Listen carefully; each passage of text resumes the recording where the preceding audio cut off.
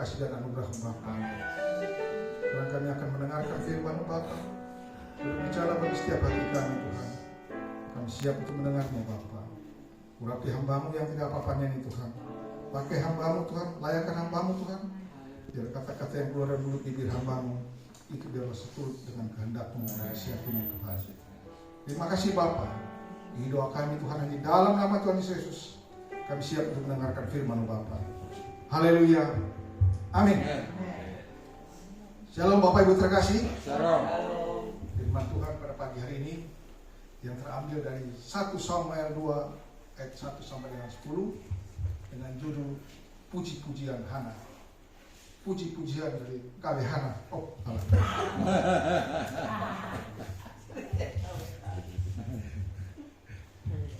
Ayat yang pertama, lalu berdoalah Hana, katanya, hatiku bersukaria karena Tuhan, tanduk kekuatanku ditinggikan oleh Tuhan. Mulutku mencemoohkan musuhku, sebab aku bersukacita karena pertolonganmu.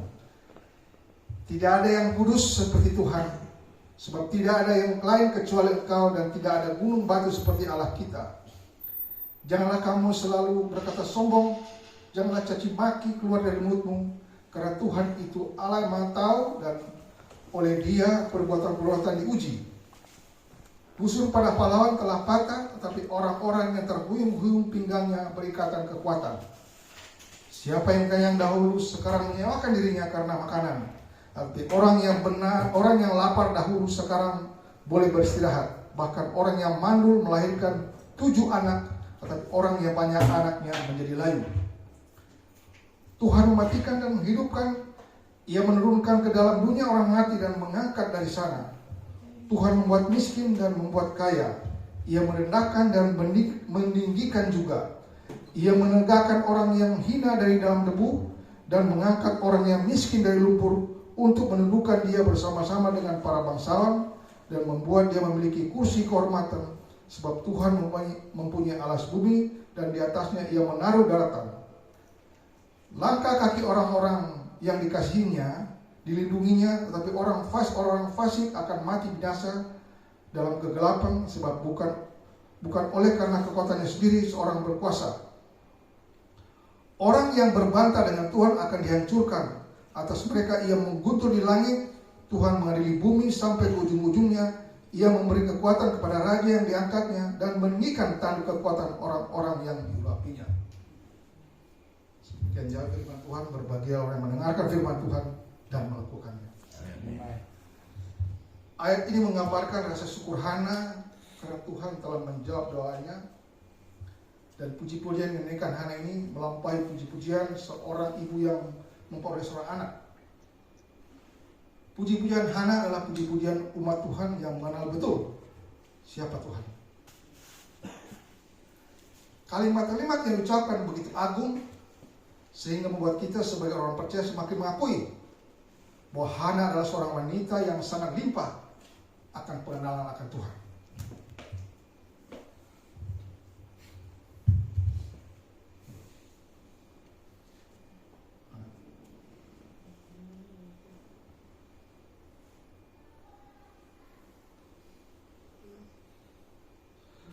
Hal pertama dinyatakan Hana adalah bahwa Tuhan sumber kekuatannya. Dia 1 sampai dengan 4. Dan dia tidak punya kekuatan perang, tidak punya persenjataan apapun, tetapi Tuhan melindungi dia. Tuhan memperhatikan bagaimana dia sebelumnya disakiti oleh penina madunya itu. Bahkan suaminya Elkana yang diharapkan akan memperlakukan dia secara adil, tapi ternyata Elkana bersifat berat sebelah. Sebagaimana apa yang dikatakan oleh dalam 1 Samuel 1 ayat 4 sampai 5 disampaikan oleh Ibu Yunita kemarin, yaitu pada hari Elkana mau persembahkan korban, diberikannya lah kepada penina istrinya dan kepada semua anak-anaknya laki-laki dan anaknya perempuan masing-masing sebagian. Meskipun ia mengasihi Hana, ia memberikan kepada Hana hanya 1 bagian, sebab Tuhan telah menutupi kandungannya. Elkana cenderung memberikan lebih kepada penina dan anak-anaknya dibanding kepada Hana. Bayangkan betapa pedihnya hati Hana ketika itu. Sebagai seorang wanita yang sudah tidak bisa punya anak karena Tuhan sudah menutup kandungannya, tetapi masih diperlakukan tidak adil oleh suaminya dan disakiti pula oleh mantunya itu. Bapak Ibu terkasih, di zaman perjanjian lama, wanita yang tidak bisa melahirkan suka dipandang rendah, bahkan terakhirnya dianggap kena kutuk. Dan ketika hal itu dialami, dan kita tahu hal itu dialami juga istri oleh Yakub, yaitu oleh Lea dan Rahel.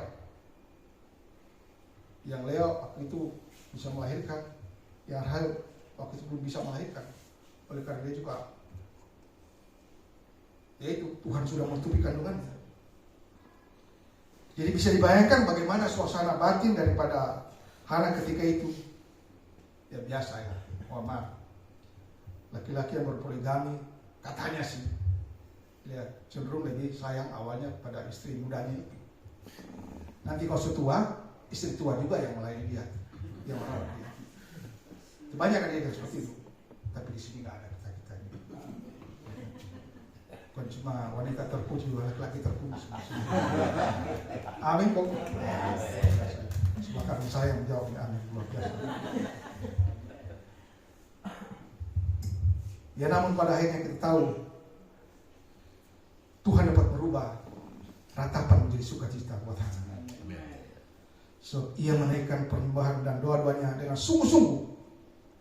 Bayangkan setiap kali dia mau melakukan penyembahan, dia harus keluar kota. Iya kan? Berarti cukup jauh.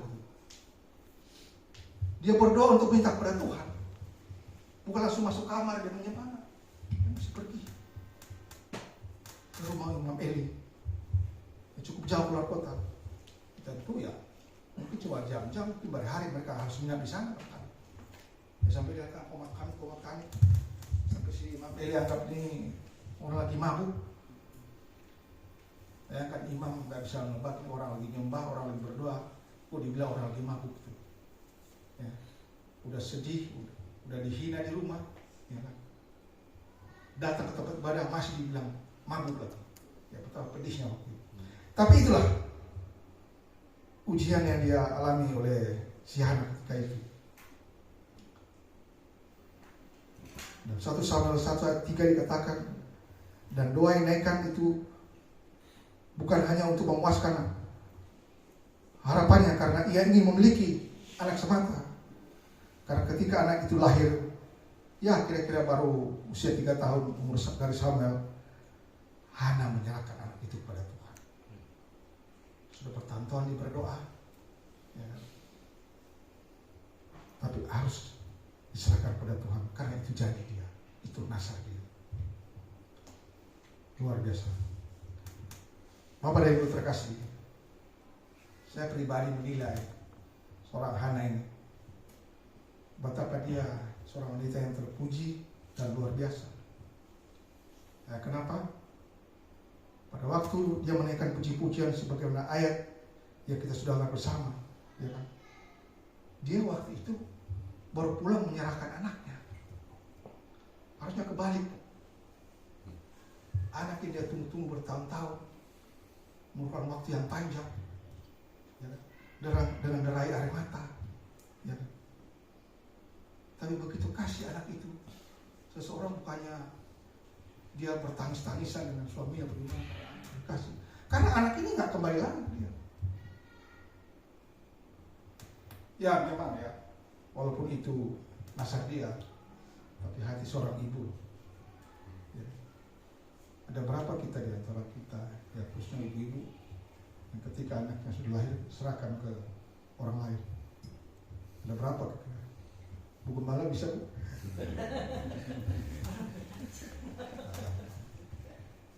Ya serahkan. Ya di sisi lain memang dia harus menetapi nasarnya. Ya. Tapi saya naluri itu tidak bisa bohong. Jadi ya kita masuki bahwa rasa memiliki, rasa sayang kepada anak apa yang mau melahirkan itu ibunya, seorang ibu itu luar biasa. Makanya ketika Salomo ya waktu itu akan melecahkan suatu perkara, yaitu dua ibu yang memperebutkan anak. ketika dia akan mengeksekusi gitu, satu mati satu masih hidup. Ya, kalau semua yang mengklaim bahwa ini yang anak masih hidup, anak dia, ayo, dia masih hidup, saya mau pancung juga. Pada saat raja mengeksekusi, yang di situ kelihatan ibu benar, dia tidak mau. Soalnya yang satu mau, bunuh aja. Tapi yang satu dia menjerit. Nah, pasti emang ini. Ya kan? Kalau dia merasa anak dia nggak mungkin, dia bilang, ya bunuh aja, biar adil. Nah itulah kira-kira betapa luar biasanya. Makanya kan ada moto keluarga berencana. Seorang ibu dapat melupakan rasa sakitnya melahirkan ketika dia pertama kali mendengar bayinya menangis. Ada gitu kira-kira ibu-ibu, dia 9 bulan mengandung menderita, ya waktu anaknya keluar nangis, dia marah, gara-gara kamu, saya menderita.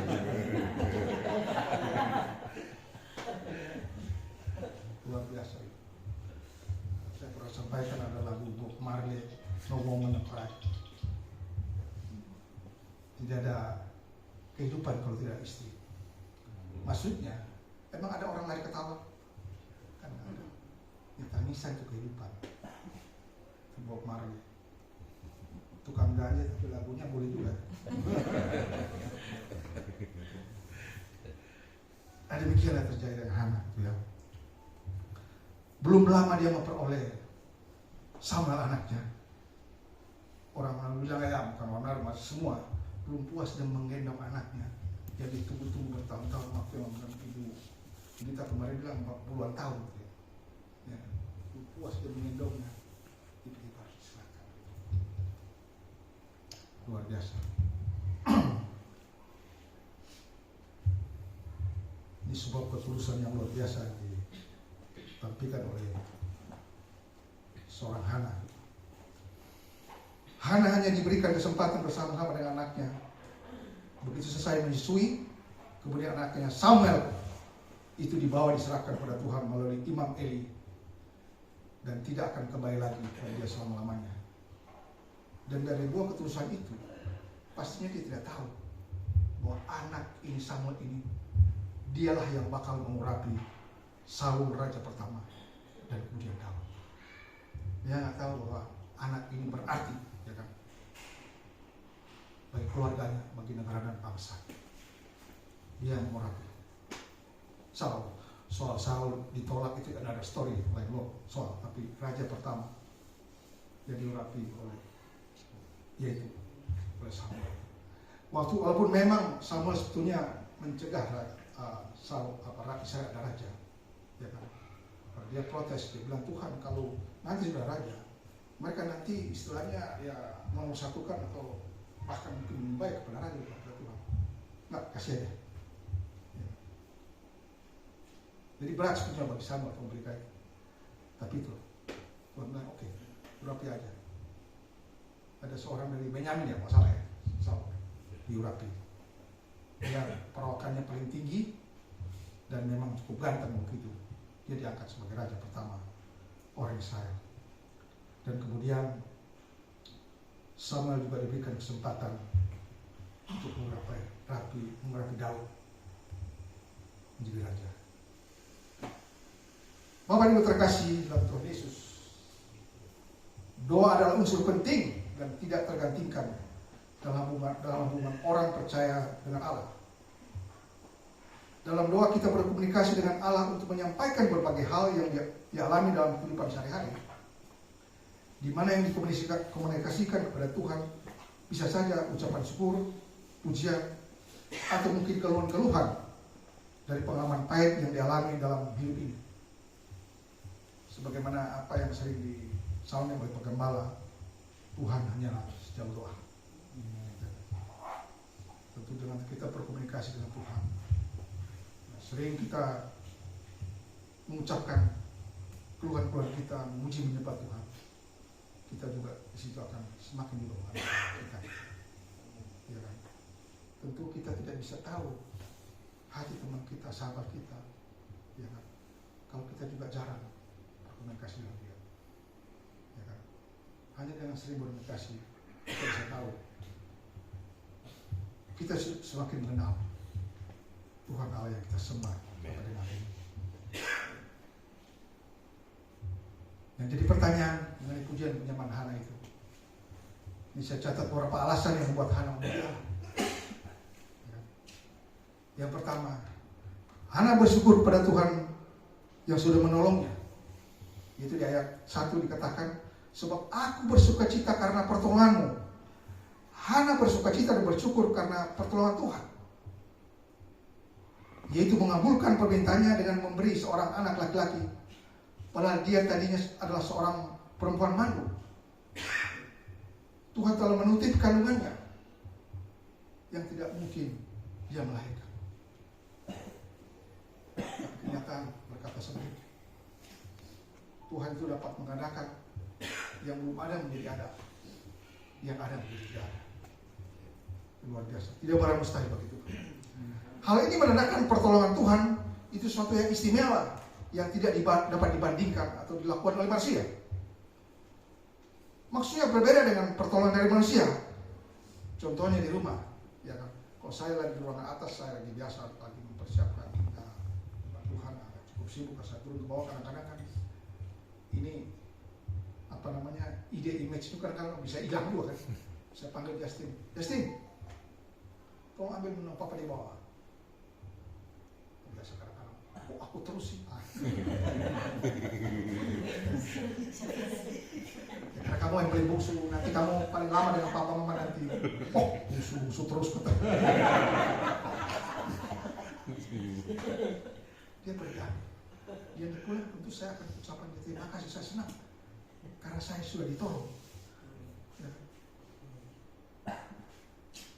Padahal saya juga bisa melakukan itu kan sebetulnya kan. Tapi pertolongan dari Tuhan beda. Manusia tidak bisa melakukan itu. Jadi apa yang dialami oleh Hana ini suatu extraordinary, hal yang luar biasa. Kenapa? Karena manusia tidak bisa melakukan itu. Iya, orang bisa pakai tarung semua.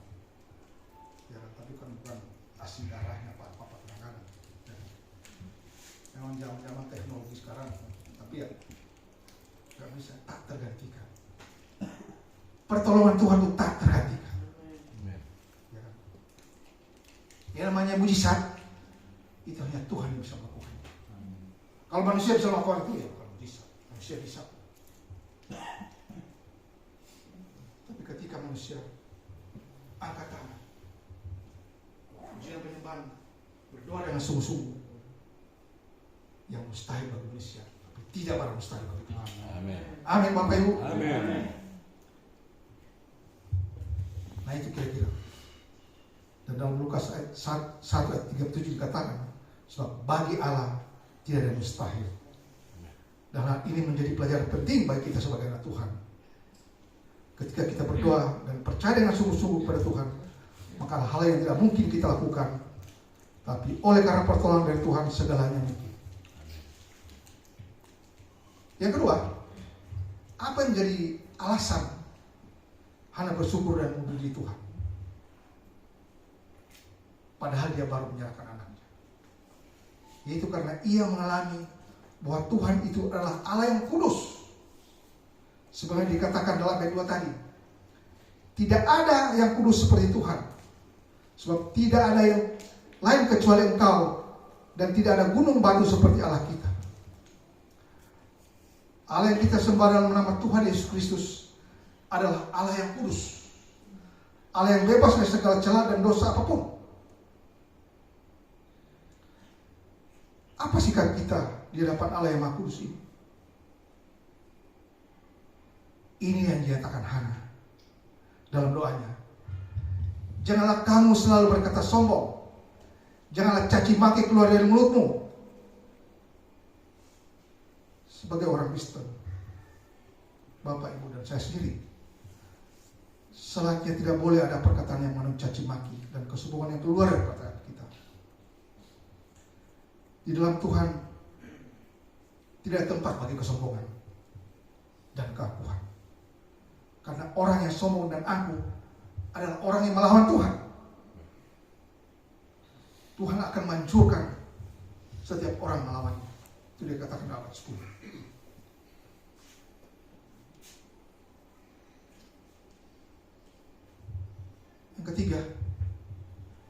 Apa menjadi alasan Hana memuliakan Allah? Karena Hana sungguh mengalami Allah yang mengabulkan permintaannya, di mana memberi seorang anak laki-laki karena Tuhan yang kepadanya ia bermohon menyelidiki hatinya. Kematahuan Allah itu tidak hanya kita dapati dalam diri Yesus, tapi juga dalam kehidupan manusia sesuai apa yang dikatakan dalam ayat 7 dan 8. Tuhan membuat miskin dan membuat kaya. Ia merendahkan dan meninggikan juga. Ia menegakkan orang lemah dari dalam debu dan mengangkat orang miskin dari lumpuh, untuk mendudukan dia bersama-sama dengan para bangsawan dan membuat dia memiliki kursi kehormatan. Hal ini menjadi perenungan bagi kita sekalian sebagai orang percaya, bahwa Allah kita Allah yang Maha Tahu, yang senantiasa menilik kehidupan kita, dan pada waktunya Allah akan berkenan dengan berperkara dengan kehidupan kita. Hari ini kita dalam kekurangan, tetapi bukan tidak mungkin di hari yang akan datang kita ada dalam kehidupan yang berkecukupan. Hal ini kita ada dalam kemiskinan, tetapi bisa juga suatu saat perkenan kita ada dalam kekayaan. Dalam hidup ini Tuhan menjadikan seorang miskin, bisa juga Tuhan menjadikan orang itu kaya. Who knows? Tidak ada yang tahu.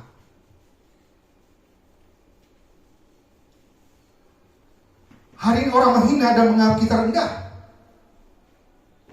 Tetapi pada hari akan datang, bukan tidak mungkin kita dihormati dan dimuliakan. Itulah Tuhan kita. Dia bisa mengangkat, dia bisa menjatuhkan. Yang sudah dibawa dia bisa dinaikkan. Yang dipandang rendah oleh manusia, satu saat ditinggikan. Itulah Tuhan kita. Dan hari inilah kira-kira yang dialami oleh Hana ketika Tuhan menjawab doanya. Mungkin yang tadinya suaminya hanya bijak ke sana, tapi sekarang hanya bisa bijak ke sini. Dia bijaksana maksudnya harusnya. Tapi waktu kadang orang tonton kan dia bijak ke sana gitu. Dia bijak ke sini maksudnya kan. Tidak berimbang. Ya kan? Apalagi mungkin Penina yang tadinya menganggap Hana itu rendah. Begitu Hana sudah melahirkan, apalagi setelah itu dia mendapatkan 5 anak atau 6. Itulah manusia. Suka merendahkan. Ketika dia saat dia tinggi, ya kan? Dia merendahkan orang-orang yang tidak memiliki seperti apa yang dia miliki. Dan makanya saya baca itu betapa luar biasa Hana mengagumkan Tuhan. Walaupun, ya kan, secara de facto ya dia harus meninggalkan Samuel suaminya, dia persembahkan untuk Tuhan.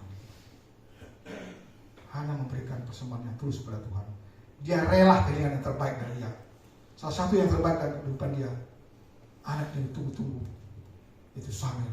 Dia rela dia berikan kepada Tuhan. Dan anak itu menjadi besar, menjadi dahsyat ya. Menjadi anak yang berguna bagi keluarga dan negara dan bangsa. Anak yang mengurapi raja orang Israel, Raja Daud, yang merupakan simbol negara Israel. Ada bintang itu, Star of David. Ini ada Simpson, David Piok. Luar biasa. Terpuji-pujilah Tuhan. Terima kasih Bapa untuk firman Tuhan yang kami sudah dengar, Bapa. Sudah memberkati, menguatkan kami, Bapa. Dan bila Tuhan teladan daripada Hana, Bapa, dengan keadaan yang begitu menekan dia, Bapa, begitu sedih bagi dia, Bapa, tapi dia tetap mencari wajah-Mu, Bapa. Dia memuji menyembah Engkau, Tuhan, berdoa dengan sungguh-sungguh, Bapa. Dan ketika Engkau menjawab doanya, Bapa, dia mempersembahkan itu untuk yang terbaik bagi Engkau, Bapa. Terima kasih Tuhan. Bila pelajaran dan teladan Hana ini, Tuhan, dapat terus menguatkan kami, memberkati kami, Bapa. Dan nama Tuhan dipermuliakan. Dalam nama Tuhan Yesus Kristus kami berdoa dan mengucap syukur. Haleluya. Amin. Saya serahkan kepada hambanya. Doa saya. Tuhan.